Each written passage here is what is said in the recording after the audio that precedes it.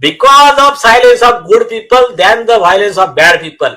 ये समाज में, इस दुनिया में सबसे ज्यादा तकलीफ झेली है वो अच्छे लोगों के शांत रहने से, ना कि बुरे लोगों के अत्याचार की वजह से। नीलेश जी, आप भी एक सम्मानित एडवोकेट हैं और आप प्रैक्टिस करते हैं हाई कोर्ट में, सुप्रीम कोर्ट में करते हैं, और मैं समझता हूं कि आपको मर्यादा क्या है, मर्यादा क्या नहीं है, इसका हमसे तो कम से कम बेटर नॉलेज है।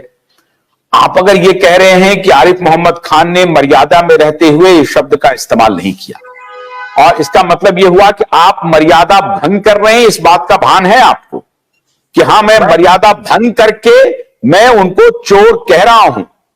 तो इसका मतलब है कि आप inwardly you believe that whatever you are saying with all responsibility and accountability.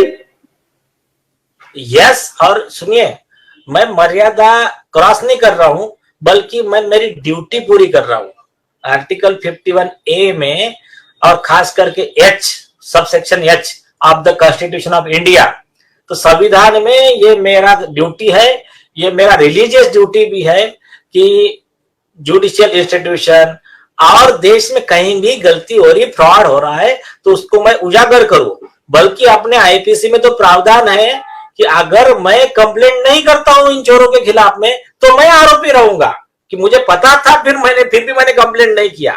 तो एक्चुअली हम जो आरिफ मोहम्मद खान जी है, वो मर्यादा से ज्यादा ना, ये इनके जो इनका जो इकोसिस्टम है, जैसा उस दिन जेएनयू की जो वाइस चांसलर है, उन्होंने जो कहा कि ये लेफ्ट का इकोसिस्टम आज भी काम करता है सुप्रीम कोर्ट के जुडिशरी में, कि उनके लिए रात को 2 बजे भी कोर्ट खुल जाता है, तीस्ता सेटलवाड़ के लिए छुट्टी के दिन बेंच बैठ जाता है, एक ही दिन में 2 बार बेंच बैठ जाता है। ऐसा देशभक्त लोगों के लिए, राइट विंगर के लिए नहीं होता है। तो ये उन्होंने जो कहा था, उससे थोड़ा सा हट के बाद इस केस में जो लागू होती है, वो लागू होती है। रॉ के ऑफिसर है, देखिए शायद सूद जी है, एनके सूद शायद, नाम पूरा आप चेक कर लीजिए।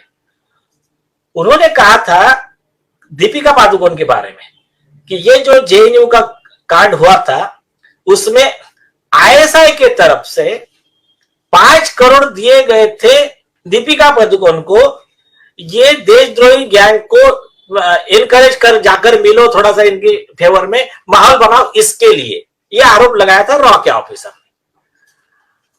अब वही थ्योरी लागू होती है कि इंडियन आर्मी के खिलाफ भड़काने के लिए फली नरीमन को कितने करोड़ रुपया देशद्रोही ताकतों ने दिए, इसका इन्वेस्टिगेशन होना आवश्यक है।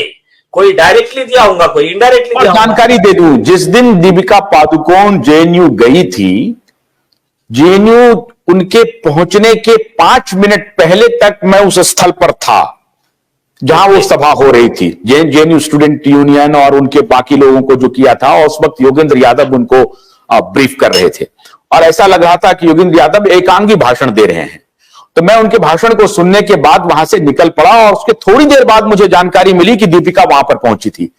अब ये सब, ये उसके बाद ये जो पूरा षड्यंत्र था, ये अब मुझे ये मालूम चल रहा है, क्योंकि ये जानकारी पहले भी थी कि जो रॉ के ऑफिसर इसके पहले भी कह रहे थे। एक और रॉ के ऑफिसर हैं जो मेरे संपर्क में हैं, उन्होंने कई बहुत चौंकाने वाले खुलासे किए हैं। मैं उस पर अभी स्टडी कर रहा हूं कि इन लोगों का ये जो पूरा तंत्र है वो कैसे कैसे काम कर रहा था। जी बोलिए। आप, ये एक विषय है, ये देशद्रोही एड कंपनी का। और आपको एक खास बात बताया क्या, ये दीपक गुप्ता जो दूसरा जज आरोपी है केस में, वो उसका भी सेम रहता है, सब जगह जाने का।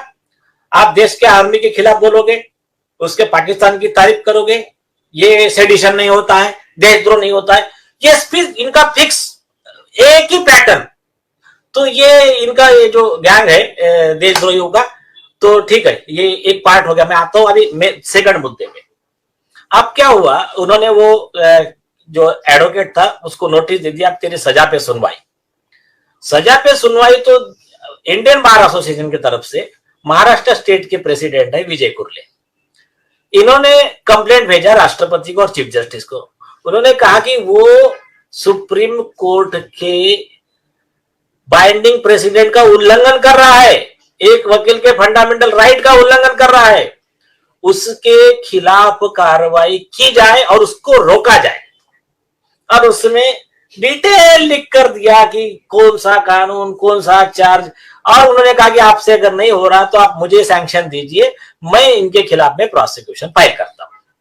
अर्जी दिया। सेकंड अर्जी दिया ह्यूमन राइट सिक्योरिटी काउंसिल की तरफ से रशीद खान पठान साहब ने। उन्होंने दूसरी एक केस थी 340 की आरिश कुरैशी वाली, वो केस में इन्होंने जो फ्रॉड किया था और उसमें इसके पिताजी का जो देशद्रोह का आरोप है, उसमें उसने कहा कि जब एडवोकेट नीलेश ओझा उसके पिताजी के केस में उसके पिताजी के खिलाफ काम कर रहे हैं तो उसने हमारी केस सुनना नहीं चाहिए, ऐसा सब लिखकर उसकी सब गलतियां ये बताकर वो प्रोसिक्यूशन का, क्रिमिनल प्रोसिक्यूशन का दूसरा एक केस फाइल किया था। आप इनकी बेवकूफी बाहर आ गई कि इनको लॉ का नॉलेज नहीं है, इनको कानून आता नहीं है और इन्होंने वकील के फंडामेंटल राइट का वायलेशन कर दिया। तो क्या करना, तो फिर इन्होंने क्या किया, वही उनका एक इकोसिस्टम, एक इधर के दो चार उनके जो चमचे दलाल वकील है यहाँ के, मिलिंद साठे, कैवान कल्याणी वाला, एक दो लोगों को लिया और एक अर्जी बना के लिया। अर्जी बना के लेकर चीफ जस्टिस को अर्जी लिखा कि ये जो इंडियन बार एसोसिएशन है, ये रशीद खान पठान है, नीलेश ओझा है, एडवोकेट विजय गुरले है, तो ये लोग जो है वो रोहिंटन नरीमन की बदनामी कर रहे हैं, ये कर रहे हैं, तो आप इनके खिलाफ कार्रवाई की जाए। आप सुप्रीम कोर्ट के साथ इस व्यक्ति ने क्या फ्रॉड किया अब मैं बताता हूं ऑन रिकॉर्ड। और हमारा विटनेस कौन है?